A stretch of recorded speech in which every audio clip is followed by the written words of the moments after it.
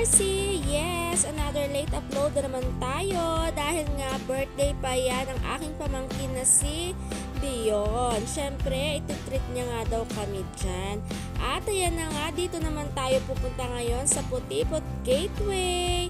At another na naman na nakaka-relax na lugar ang pupuntahan natin mga Marcy. At syempre naman, bago pa nga ako nakarating dyan, kumatog muna ang aking tuhod dun sa bridge na yon. Talaga naman, ikaw ba naman ay malalaglag ka dun sa ilog na yon? Diyos ko po, kung hindi kayo nag-iingat, ewan ko na lang.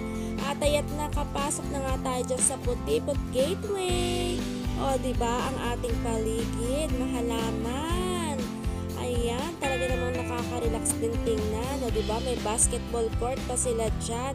At syempre, hindi naman talaga mawawala yung sandamakmak nilang mga duyan dyan. O yan, nakakabit sa mga gilid-gilid ng mga puno. Ayan, o diba? Kung gusto mo naman talagang magduyan, ayan, ang dami mong pagpipilian saan ka pwesto. At ayan na nga, nandito na nga tayo sa kanilang restaurant. Syempre, dito na tayo sa exciting part na talaga namang gustong-gusto natin. Kaya nga tayo sumama dahil dito Charot. At ayan na nga ang aking sisteraka na si Melanie. Melanie, ayan na nga, namimili na nga talaga siya dyan na ating kakainin. O diba, tapos dito tayo kakain sa may dagat. Ay, naku, talaga namang perfect din yan, Mare. Tapos sakto pa, half day lang ang pasok ng mga bata dahil napakainit nga ng panahon. Ay, naku po, grabe, summer na talaga, mga Marcy. At syempre, hindi na napigilan ng aking mga anakis yan, lalo na to si Nick, hindi pa nga nakakabihis.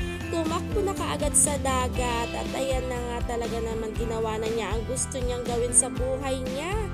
Ay, naku, talagang aking mikmik na yan. Walang patawad. Basta nakakita talaga ng tubig, talagang tatakbo na yan, Marcy, kahit hindi pa yan nakabihis. Naku, pagbigyan na nga.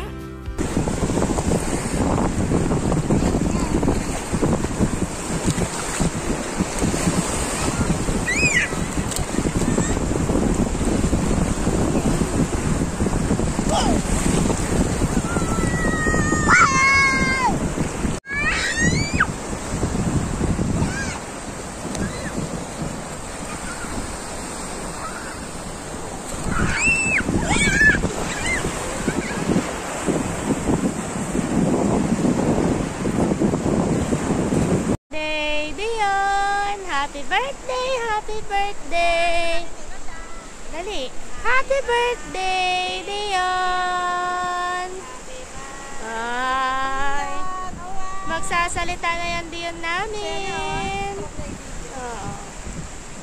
Dion!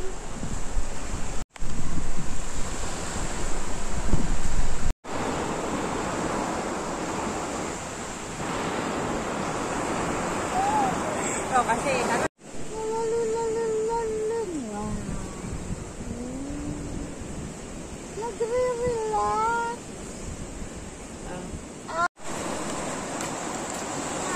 Jump.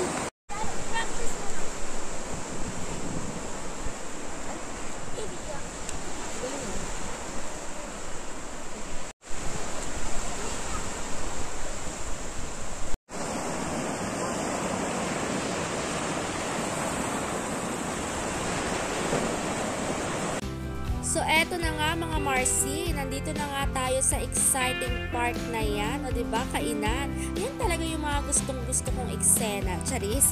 At ayan na nga, kain tayo dyan mga Marcy. At ayan ang aking totoy, o, diba, nagre-relax. At ayan na nga ang kanilang napakasarap na halo-halo. Ay nako, nagustuhan nga yan ni Margot. Talagang hindi niya nga tinigilan yung halo-halo na yan. At syempre, ako naman, nag-crave talaga ako dyan ng spaghetti. Ayan, at napakasarap nga talaga niyang spaghetti yan, in fairness ha. At ayan na nga, meron din nga silang pizza dyan. At itong pansit nga na paborito ng aking mikmik. At yan, happy na naman talaga ang inyong breastfeeding mama. O diba, talaga namang kain to the max tayo dyan. At in fairness, lahat masarap. Kaya naman, tayo ay babalik dyan kapag may time, o diba? Tapos magkaka-relax ka pa dahil dagat dyan. Tapos ang anak nyo makakaligo pa ng libre. Ay nako, perfect yan, Marcy. At itong pansit, in fairness ha, masarap yan. O hindi kayo magsisisi dyan.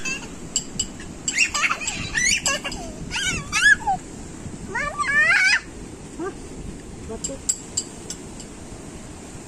Kala.